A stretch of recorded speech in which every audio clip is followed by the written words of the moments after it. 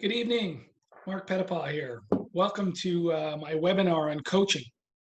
I've done some previous webinars on servant leadership, building your business in difficult times such as this pandemic, strategic planning. And what I try to do on these webinars is share the concepts at a high level, because you can only explain so much in half an hour, but really give you the structure and the architecture of each of those initiatives, processes, programs, um, or strategies.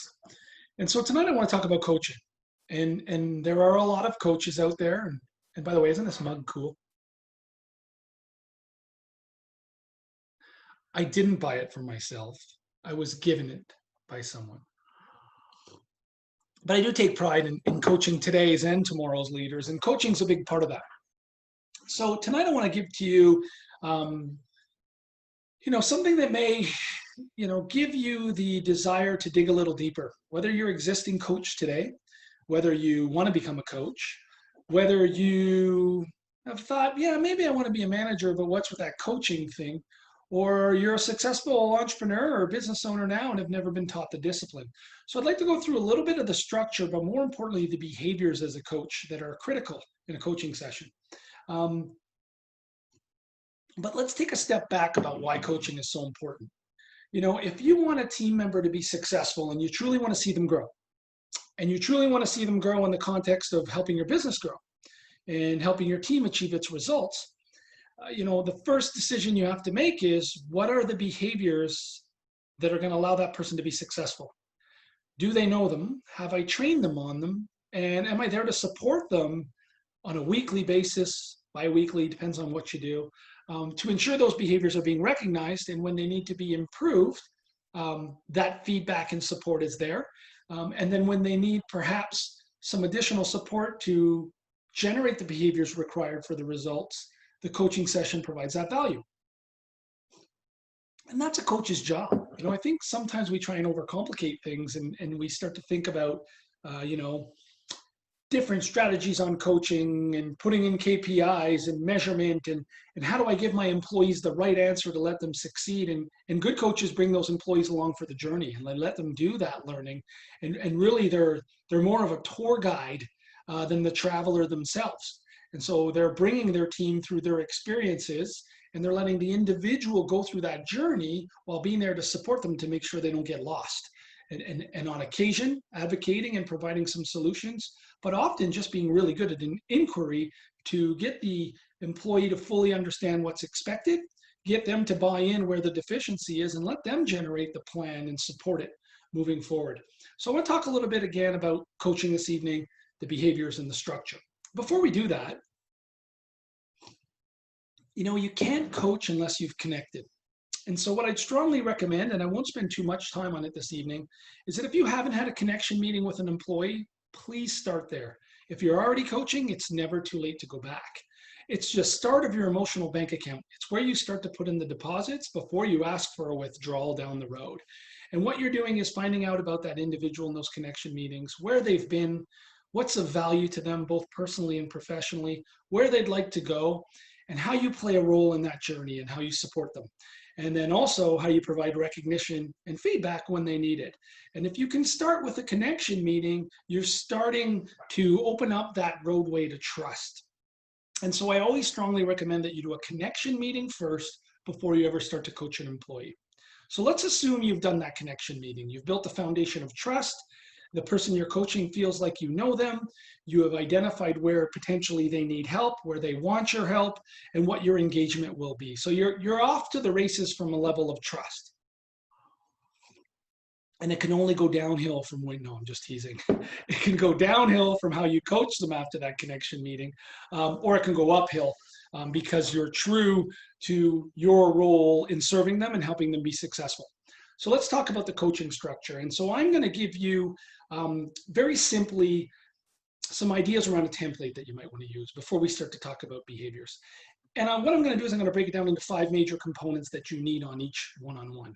Now, your organization may have tighter targets, more KPIs, but let's talk at the 5 levels of dialogue that need to go into a coaching session. So you start off by getting a review of the previous week. So let's say you're doing weekly coaching. I think what you want to do is open up the conversation. And it's not, tell me what you did last week and did you do task A, B, and C that I asked you to do? And what were the measurables? It's, hey, listen, I've been observing your behaviors. You're doing a fantastic job. I saw that you finished that project on Thursday last week and it got delivered. You did the RFP delivery to the potential prospect on Friday.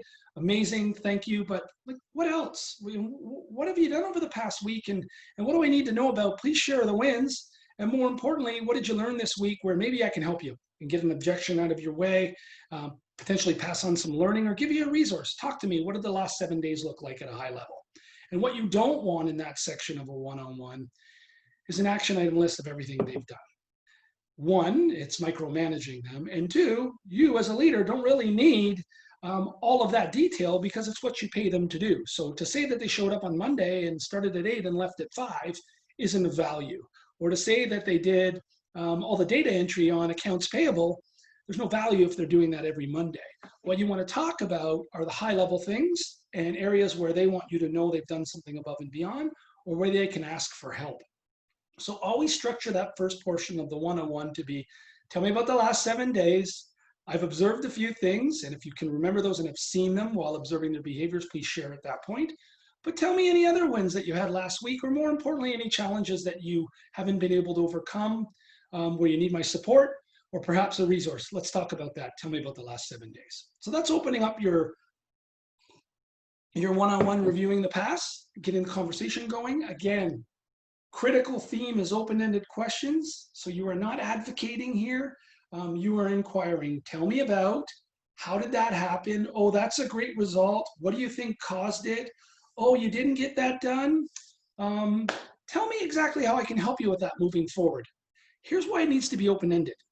Because if you give an employee a close-ended question, they are going to usually take the shortest way out. Not because they don't want to talk, because they think you don't want them to talk. So if you say, do you need any help? Who wants to tell their boss, yeah, I need help, I'm struggling? Very few individuals. What you want to say is, great week, seems things seem to be progressing. How do I help you based on what you went through last week? Tell me where I can be of value. That's an open-ended question. It forces dialogue. And as you close that learning gap or provide that recognition, they say, oh yeah, by the way, I know I wasn't due till next Monday, but I did it on Friday. And because of that, I got 2 extra days to work on that future project. Hey, listen, wow. How did you get it done early? That's phenomenal. First of all, let me tell you the value that adds. You gave us 2 days back, and boy, have I got some challenges where I could use your talent. And now you're going to impress the customer by being early, so thank you. But how did you do that? That again is going to give the employee the opportunity to share with you the behaviors that cause the results, so you can recognize the behaviors, because the behaviors get repeated. Open-ended questions as much as possible, inquiry-driven. Let's talk about the last 7 days and let's build some trust. Let's recognize some wins and let's open up the dialogue of where I can help you. Next section of 5 critical sections. Again, you guessed it. If we talked about what you did over the last 7 days, let's talk about the next 7 days. Talk to me about the next time frame, whether that's 7 days or 14 days, till we meet again. What are you going to work on?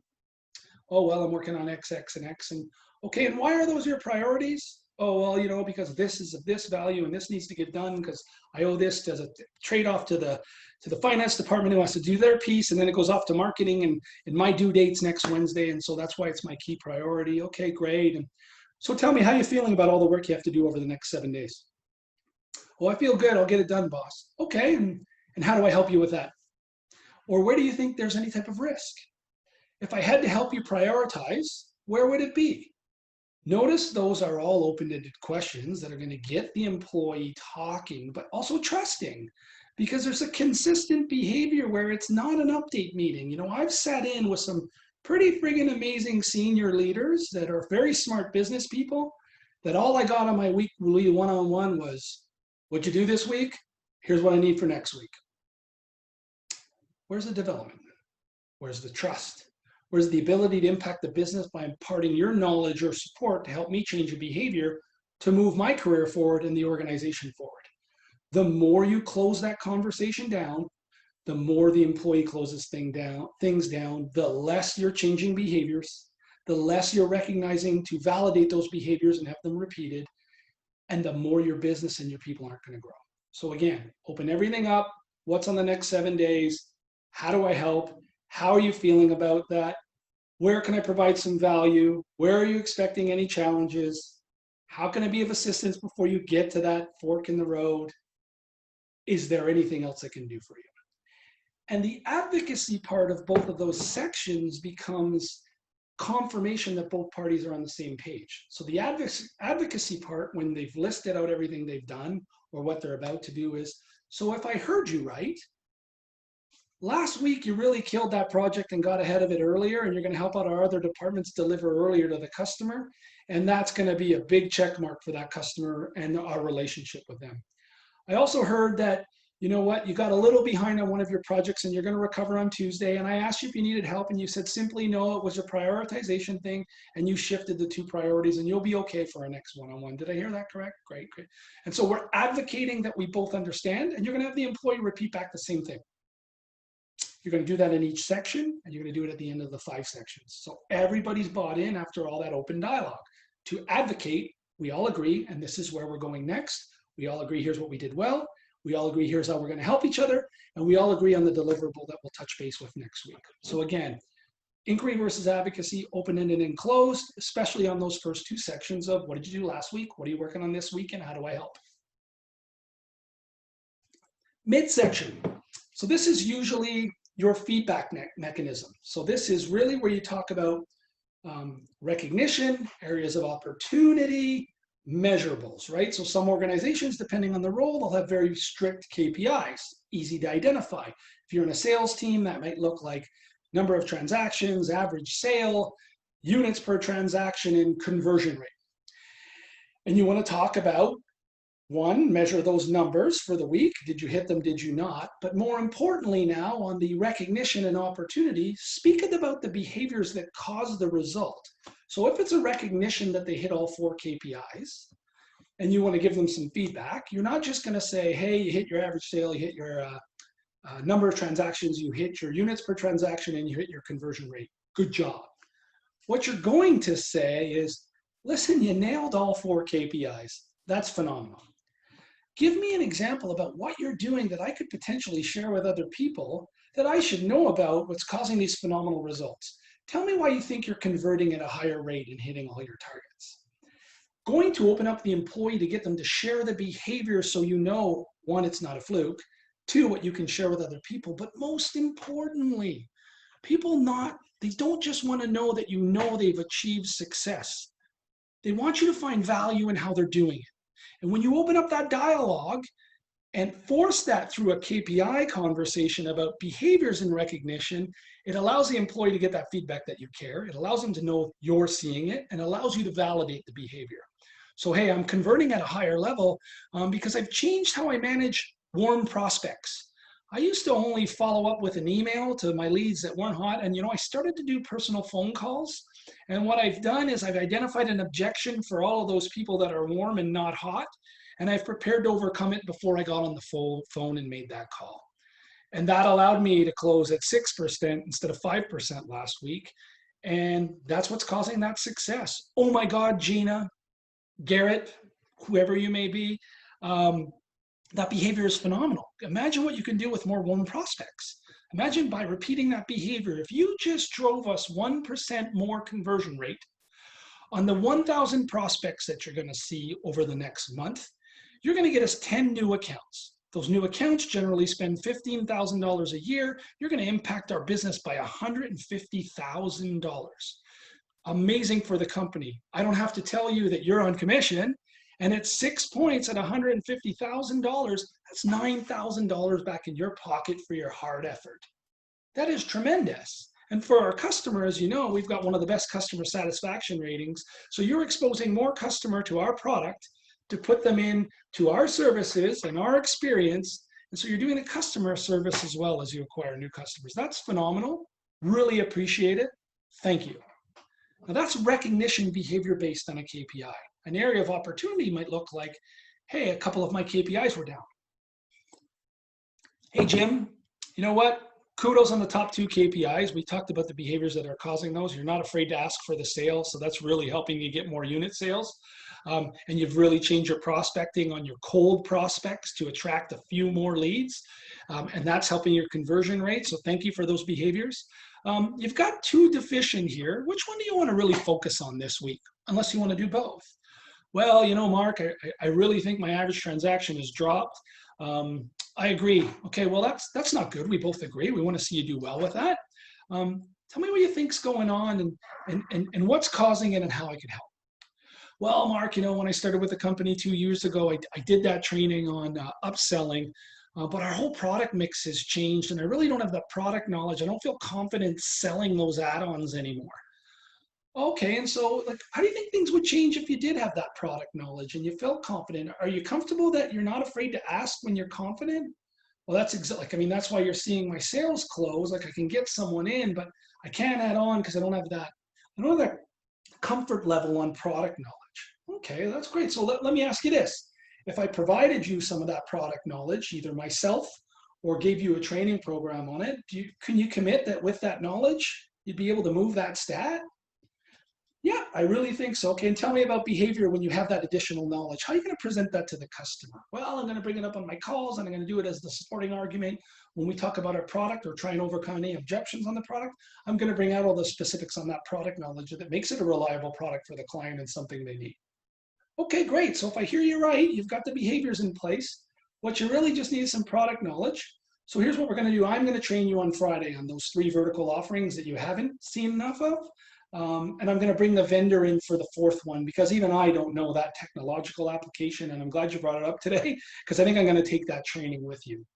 Can we put that in as an area of opportunity for next week with the result by the end of the month? Great. So if I heard you right, we agree you need some product knowledge training. You're doing great in 2 of your 4 stats. You want to focus on your average transaction by better understanding the offering. I'm going to support you on that by doing the training. With you, and then we're going to bring in the vendor on the 4th application, the 4th vertical opportunity. Did I miss anything? Great, good, okay. So you tell me what your commitment is there again. Well, Mark, if you bring me the training, I'm going to pay really close attention. You're going to get me in with the vendor, and then what I've committed to do over the next month is change the stat and see if we get some type of improvement. I'm also going to make sure that I introduce it in my sales behaviors when it comes to objections or ability to differentiate the product that I'm trying to sell with those additional add-ons. Great, good. So do we talk about it in a month again, or do we talk about it next week? Well, let's talk about it in a month. Give me some time for the behaviors. Boom. Now you've got buy-in to a deficient behavior, or you've recognized in the earlier example, and it's specific to the behavior causing the result. So that's usually in the 3rd section. Recognition, area of opportunity, and your KPIs. Most importantly, when you identify that KPI deficiency or recognition, you speak behaviors and you get buy-in to the behaviors. If they're being done well and they deserve to be recognized, be specific and the behavior gets repeated. If it's a gap, close the behavioral gap, not the numerical gap. Okay, the KPI is the scoreboard. The behavior is how it changes. That's your practice. You know, I tell this on other videos. If an NHL hockey coach went into the dressing room at the end of the 2nd intermission and the team was down 3-1 and said, guys, next period, you got to get 2 goals to push this to overtime, and then left. Well, how much value is that? The team already knows that. They can see the scoreboard. If the coach comes in and says, guys, I'm going to mix the lines up a little bit. Here's where I think we're struggling. I'm worried about them getting a 4th goal on us before we can get 2 because of the Crosby-Malkin line. I mean, they're killing us tonight. No disrespect, guys, but we need to mix this up. The other thing we need to do is I got to get our face-off matchups better. So I'm going to switch the centers on both of those lines so we can, especially in the offensive zone, so we can win more face-offs because the 1 goal that we scored this evening was based off a great draw, push back to the point. We got 1 man in front of the net for the screen, and it went top corner. So I'm going to mix up who our centers are to try and change that behavior on our win rate. And by the way, I need you going to the net, and I need you taking the shot. And that's what coaches do. They observe behaviors. They just let the scorecard direct the the orientation on where we're at and where we should be focusing. And clearly, when you're losing 3-1, you need 2 goals. But telling someone they need 2 goals isn't coaching. Telling them how the team's going to get there based on behaviors is. So that's your third section. Your fourth section now is a very general career development ask. So in the first box, we talked about what you did last week, and we're recognizing and asking where we can help with anything that's came out of that week, learning gaps, developmental gaps, project gaps, or conversely, recognition. What did you do? How did it happen? How do we make it happen again? The second box, we talked about the exact same format for the next 7 days. Third box, we talked about behaviors specific to the KPIs and the measurable result. The fourth box is going to be a little bit more about what do you need from them over the next week? So what do I need from you over the next 7 days, let alone what you're already working on? And that could come from observations that are behavior-based that you want to see them changed. It can come from tasks that you have for them that need to be given to them in the concept of behaviors. So I need you to do this project, and here's how I would expect that to be done. Do you have any questions? Do you need additional resources? Are you on board? And then that fifth box, which is like the fourth box, it's their opportunity to say, hey boss, here's what I need from you over the next 7 days. I need the following level of support. Or it could be relative to a task. It could be relative to their personal development. It could be relative to relationship with another department. But this is their opportunity to ask you for help. And in both of those sections, both parties want to create an inquiry versus advocacy mindset. And that doesn't mean not one versus the other, it means the balance. So you're spending a lot of time finding out what each other needs and asking questions, open-ended, and then you're advocating both of your commitment and your solution to those things. Again, behavior-based.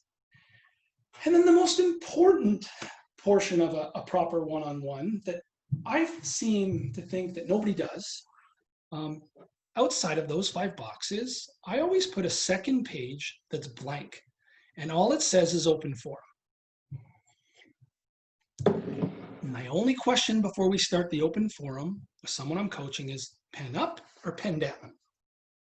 And what I mean by pen up, pen down, is this something I need to write down that you're going to hold me accountable to coming back to you on an answer, or something you want documented?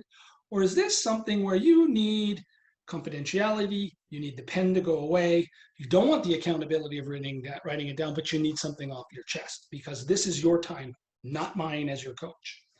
So what does an open forum look like? So we talked about all those 5 boxes last week, this week: KPIs, behaviors. What do I need from you? What do you need from me? Again, open-ended, validation through closed-ended question, behavior-based.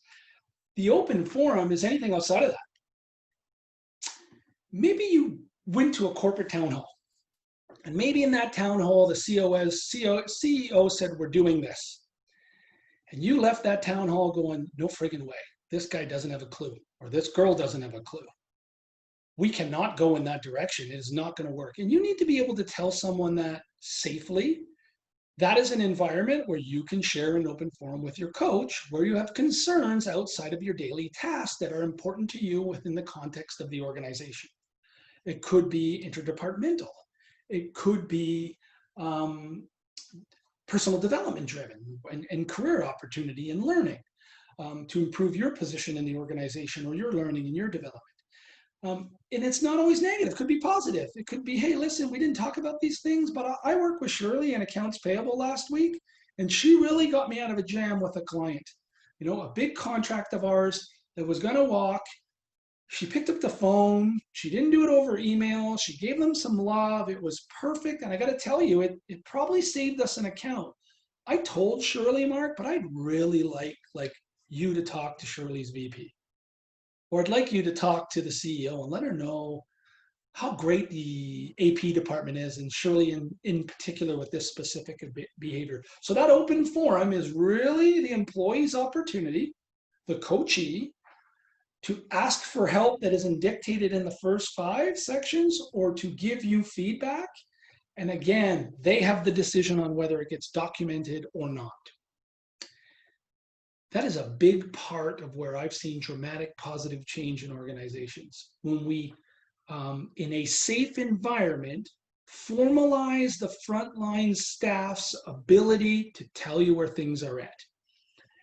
You'll never get that if you don't build the trust on the first page and you're not consistent with the behavior and you don't do the connection meetings. And over time, you don't build trust where when you say, pen down, I don't want anyone to know this was me saying this, but here's what I'm observing that's a problem in the company, and you protect that confidentiality. That's what will get you that valuable content in the open forum.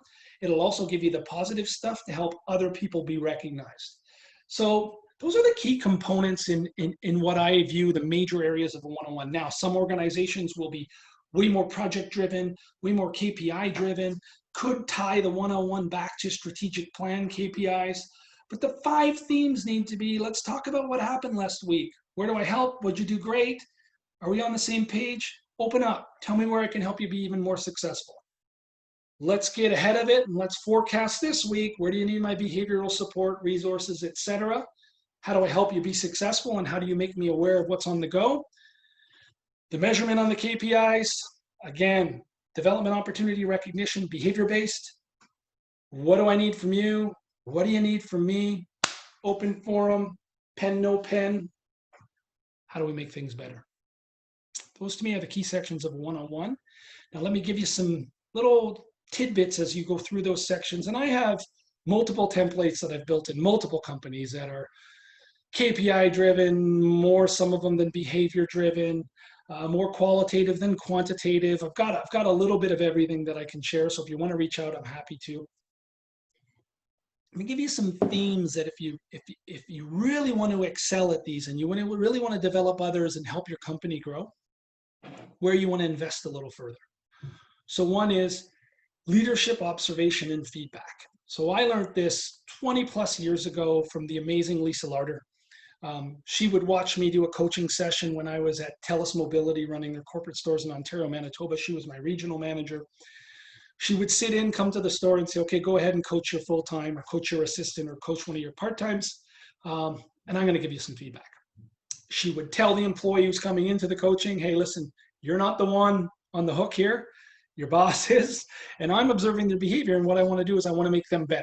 And we have a good level of trust. And as I watch this, I'm going to give Mark some feedback on how to better lead you in the future. Is that okay? She'd sit there and she'd take a piece of paper. And I still do it to this day. Anybody who's worked with me will remember this. And a lot of you have sat through this exercise with me. I draw a plus on one side and I draw a delta on the other, a little triangle. I put a line down. And I listen to the coaching session and I watch body language and I look for coaching behaviors. All these things that I talked about, open-ended versus close-ended, if the employee's broken down, if they've opened up, what's their body language? Because as you know, I may have heard, 7% of the way a message gets translated to us and how we feel are the words. 93% is nonverbal and body language, tone. How you look when you're saying the words, not the words. That's how we register others' thought processes and other dialogue with us. So you need to be able to look for that. So when someone says, yeah, I got it, they're not saying, yeah, I got it. They're saying, I'm not on board.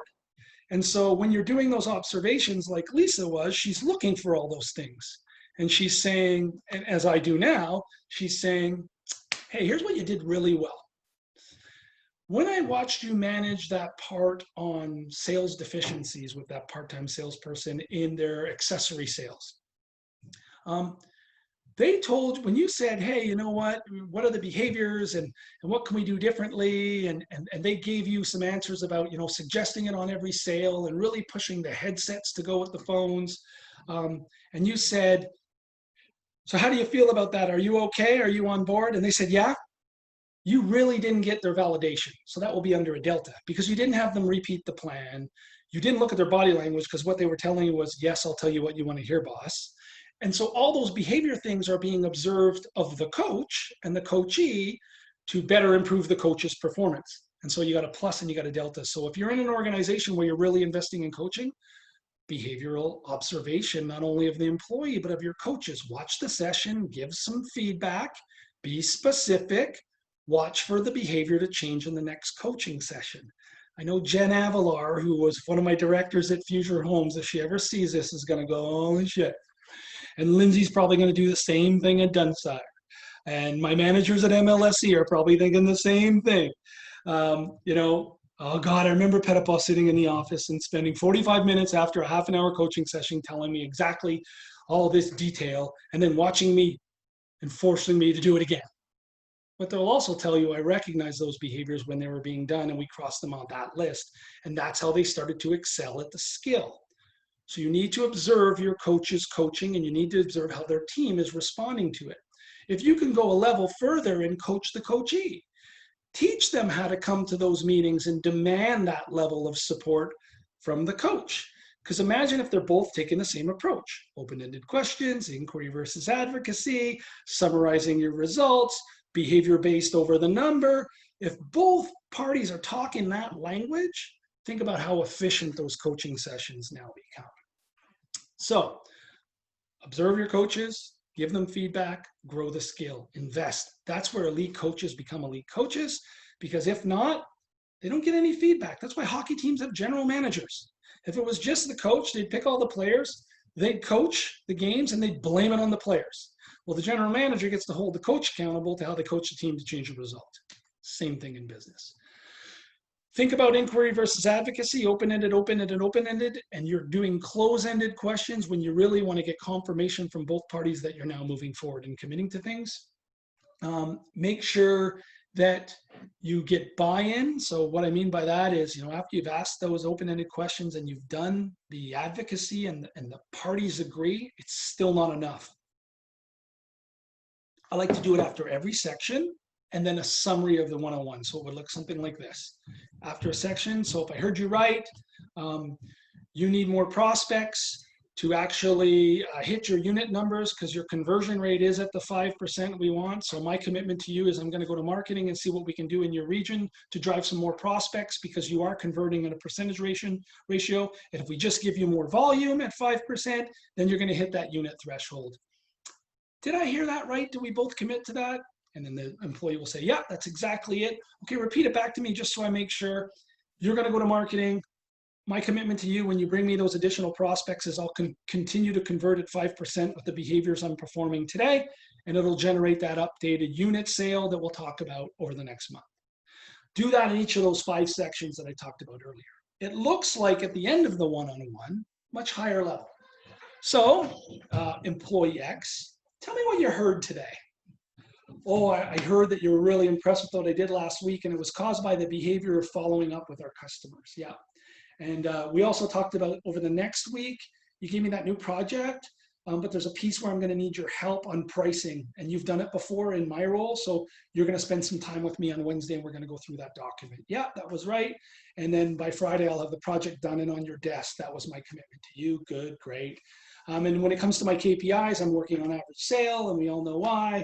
And I'm going to do the following behaviors. That's what I heard.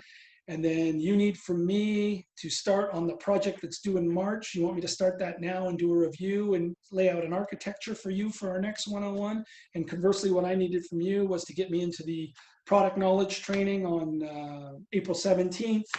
And that's what I heard. Okay, great. Are we missing anything else? Was there one more thing in the KPI? Oh, right, yeah. And so you got validation. It's written down in the notes. It's in the document in the one-on-one. You've got verbal confirmation now. You've closed any gaps. Boom, you are aligned. You are going to repeat the same thing back at the coach. Here's my commitment steps for you. Here's what you were going to do. Anything else we need to talk about today? No, great. Can't wait to talk to you in 2 weeks. You know where I'm at if I can jump in at any point. We don't only have an every 2-week relationship. If there's something going to help you in the heat of the fire, please come and get me. I'm there for you. Just, if I'm in a meeting, just leave me a voice message and I'll get back to you as quickly as possible. You'll be the first on my radar. Cool, great, great. Now you're coach. If every week you take that feedback from someone observing you and you close those gaps yourself as you're closing the gaps of your team, now you're an elite coach. If you can transfer those skills through your team observing your behaviors as a coach, and as they begin to coach, you coach them on the same skills and give them that dedication, now you're a leader. Coaching never stops. The only way we get better at what we do is to change our behavior. The only way we change behaviors is to learn them. Who's going to do it? There you go. That's my coaching webinar. Transparently, this is what I do for a living. It's one of the things that I do. I would argue it's where I've built my career. But I'll let people who have grown behind me and the people who have taught me in front of me speak to that and their reputations. But this is what I do. So if you ever want me to come into your organization, set this architecture for you, build some forms, train the behaviors, follow up for a little bit and make sure your leadership team and your coaches get it so it can be transferred, customize it. I'm open to that. That's what I'm doing for quite a few clients right now. But again, at the end of the day, inquiry versus advocacy, behavior-based, summarized, and servant. Can't go wrong. Just going to practice the skill. Happy Wednesday night, everybody. Woo woo! Hump day!